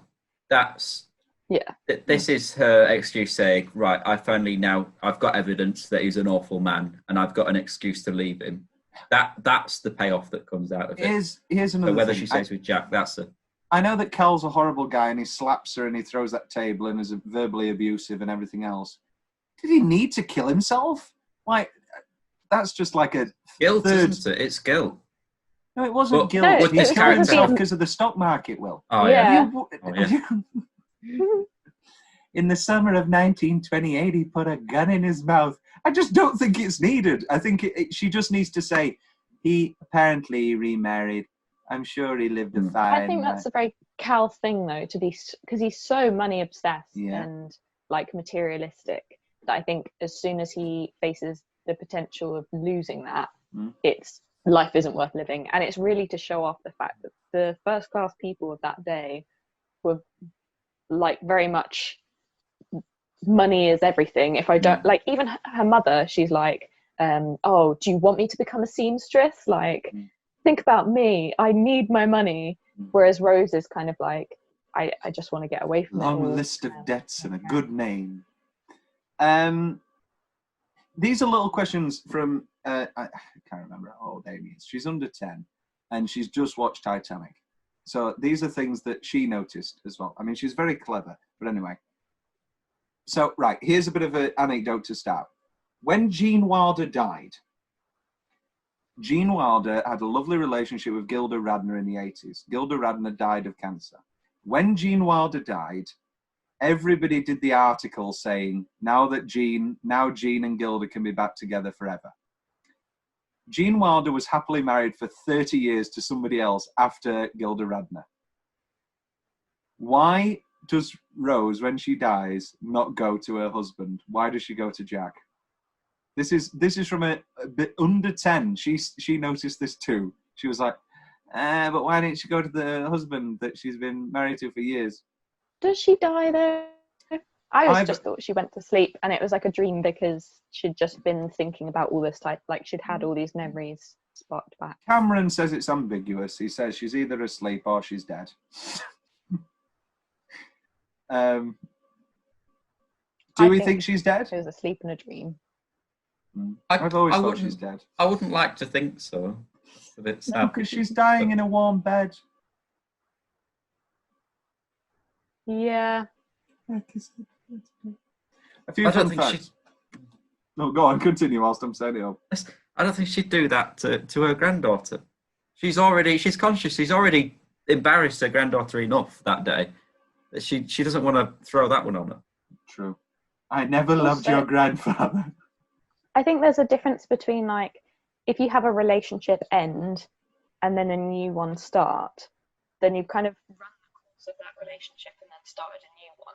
So you're much more like focused on your current one. But if you've had something that was literally like you never really got to complete it or go forwards with it, it was literally a 1 day, 2 day thing, then it's always going to be in your mind of like, what if he'd survived? What if we'd got to live together? So like you could understand how she kind of dreams about it or thinks about it in her dying moment. This reminds me, Becky, it's very funny, and I've never really thought about it this way, but one of my favourite films of the past 10 years is 45 Years, and I'm sure we will get around to it. And it's basically, not to ruin it, but it's basically the story of, let's call him the grandfather, and it's a movie about Rose, let's say, finding out that they found Jack's body. And then she starts thinking about Jack. Oh, anyway, well, 45 Years is wonderful. Anybody who hasn't seen 45 Years, watch 45 Years. It's marvellous. For a few fun facts. After finding out that she had to be naked in front of Leonardo DiCaprio, Kate Winslet decided to break the ice. When they first met, she flashed him. Incredible. I love it. When Jack was preparing to draw Rose, he says to her, over on the bed, the couch, the line was scripted, lie on the couch, but Leo made an honest mistake and Cameron liked it so much he kept it in. This is a sort of rather famous one, but the hands painting sketch drawings are James Cameron's, not Leo's. James Cameron is a sketcher. Reportedly, James Cameron spoke to and personally provided each of the extras, at least 150 of them, with names and backstories of real Titanic passengers. James Cameron was adamant about not having a song for the film, but James Horner recorded the song secretly with Celine, and James was like, yeah, no, that's good. Money! No, I'm sure it was lovely.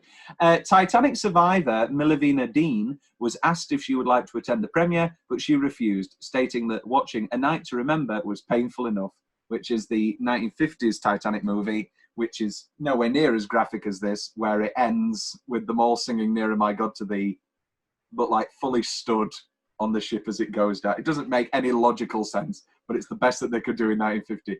So they're all still stood and singing. Johnny Depp was offered the role of Jack, but turned it down and considers it a big regret.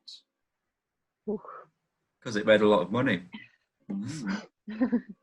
Leo, I don't for the role. Yeah, it wouldn't have hit the same, I don't think. Do you know the other famous possible Jack? Robert Redford. Matthew McConaughey. Oh no. Big no. No. He's not right for that role at all. No. I can see it. He's not the young love interest that I like to put myself in. But he is in 1997, category. Will. No, he's not. It's not Leo. It's not Leo. You need a strapping young blonde lad. That's what you need. So Matthew McConaughey. who was a Scott Brown strapping now. young blonde lad in 1997. Anyway, He's better in the other one.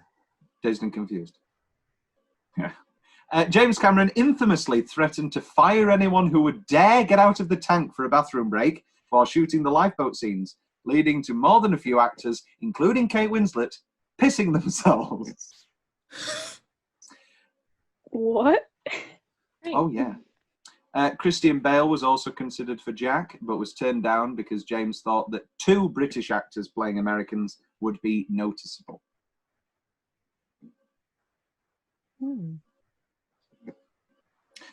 Robert De Niro was offered the role of Captain Smith, but turned it down due to a gastrointestinal infection at the time.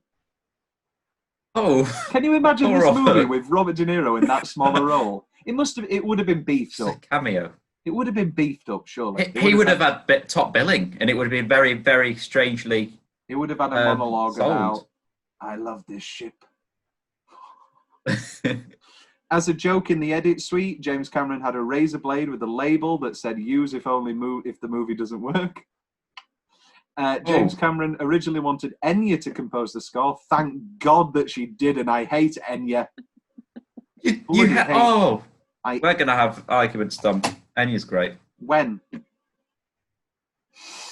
I hate Sail Enya. away, sail away, yeah, no. sail away, which is very apt for the movie.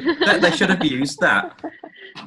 Do you think I the don't film think would it's be right as for this big? music. Do you think the film would be as big if Orinoco Flow was the song instead of My Heart Will Go On? You got it really, really dramatic, and then boom, sail away. It's all jolly. The best Enya on film is obviously Go with the Dragon Tattoo, which you haven't seen yet, Will. So I won't give it away. But there's a very disturbing scene, and Orinoco Flow is playing, and it's such a perfect choice. It's obscene. It's very Like good. a Reservoir Dogs sort of thing. Oh, yes. Very similar. In the original script, Fabrizio had a romance with a blonde Norwegian girl called Helga. She is the girl he is seen dancing with in the Third Class Party. There are a few scenes that are on the Blu-ray that you can watch. And originally, Fabrizio himself wasn't originally killed by the smokestack. He managed to avoid it at the last second. But during the ship's final moments, he tried to board a lifeboat, but Cal beat him in the head with an oar, cutting open his scalp, and sarcastically told him to swim to his destination. This change was made during production. Yeah. Thank you. Thank Here's you, a James. little Twin Peaks one for you. The line said by Rose to Cal, "I'd rather be his whore than your wife," was also said in Twin Peaks 6 years earlier, the same episode of Twin Peaks starring Billy Zane and David Warner. So, big Twin Peak. Sure. Synopsis of a sequel, I don't think there is a possibility. Closing line Hall of Fame, I'm going to say it's I'm going to say that's the closing line. And that is now, for Maybe me, that's why she did it. top of the list. I mean, however, in the alternate, the great closing line is, "Would you like a dance?" Great. I mean, fair credit, fair play. Like, she makes that noise and gets nominated for Best Supporting Actress. You're goddamn right. I mean, we talked about Consolation earlier. I think it was a bit of, she's old. She was the only person in the film or in the crew of the film alive in 1912. There you go. Alice, any final thoughts on Titanic? This is a glorious moment. That when old Rose is being brought onto the ship from the helicopter, the fact that she has a very small dog in her coat that we never see again, I thought was just glorious that it just existed for that one shot. The fishbowl? Yes, the goldfish as well. Oh, God. She doesn't pack very light, does she?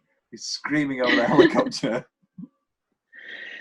The other, I mean, I can't not mention it purely because I never realised until I watched it this morning that the guy's name is Brock Lovett, and I'm literally unable to not bring anything back to Sweeney Todd ever in my life. So that's another one. I have a weird thing where, like, I know everybody's full name in Titanic. literally, I will refer to them as Caledon Hockley, Rose DeWitt Decatur, Jack Dawson, Thomas Andrews, Bruce Ismay. So yes, I did know that it's Doc Lovett. I don't We know love if I've sweets. got any others. I think we covered them all pretty much. But yeah, it's just, I love this film so much, and I think despite the cheesiness, it just manages to like overcome it all perfectly for me. Sure does. Becky. There's two final things that I wanted to mention that haven't been mentioned. That one is when they're doing a shot of, like, a bird's eye view of the shot of her on the door. Good For on her. everything, she's still wearing her heels. I'm like, you've like swung around. How did they not fall off? How You've been did like the running diamonds up. not You- fall out of the you coat? like, indeed. These She'd are like two climbed big on top of questions. the like the back of the boat. Mhm. How was she still wearing heels? Even when she like got dragged under, surely the heels would come off. There weren't straps. I don't know. I just thought the logistics of it. Come Got strong feet. It's established. She's got very strong feet. Oh, there you go. Set up, pay off. And the final thing was just that I think the whistle at the end is like the perfect touch. I know some people will disagree, but like it could have just been her being like, come back, and them coming back. But it's the whistle and the kind of frantic like, and she like tries to do it but can't get it. Just like it's perfectly thought out, perfectly executed, beautiful moment. I also love Has that. anyone? Oh, Oh, sorry. sorry. Oh, no, you I should. was just going to say, has anyone seen the film, the Hugh Jackman film? I want to say it's called Prisoner. And that ends Prisoners. with a whistle. Yes. Prisoners with the whistle at the end, Oh. and it gave me major flashbacks to that. Alice, Prisoners will be coming soon. We'll have to get you on for Prisoners. Oh God. Good movie. Great movie, even. Yes, also, I also love little touches that the, what do you call it? Is there anybody out there? Is muffled, which would be if your ears were bloody frozen with tetanus or whatever, horrific shit she's going through. Will, any final thoughts on Titanic? It's just a great example of how obsessed Cameron gets with his projects. Yeah. He's still making Avatar. mourning Avatar. He's still not over it. There's a great tweet, which I can't take credit for, about how James Cameron making Avatar movies is like Judd Nelson getting detentions in Breakfast Club, where he's like, okay, next Saturday then. Yeah, sure. How about another? And he keeps going. And it's like, somebody once said that Avatar wasn't great. And he's like, here's 5. Yes, that's very exciting. But you can't bet against him. Everybody said Avatar were going to be shit. Everybody said Titanic was going to be shit. True Lies before that was going to be a bomb. The man, you cannot bet against James Cameron. The man makes these obscenely expensive, ridiculous movies, and they always pay off. I think there is no better way to end this episode than to obviously thank our guests. Thank you very much, girls, for coming on. Thank It's been you. a pleasure. And we will now cut to the worst deleted scene of all time, where Molly Brown says, how about some ice in this drink? And the iceberg goes past her in the background. Hey, Sonny, how about a little ice? Yes, ma'am, I'll bring it. Dabba dabba dabba da da ba ba ba ba ba ba ba ba.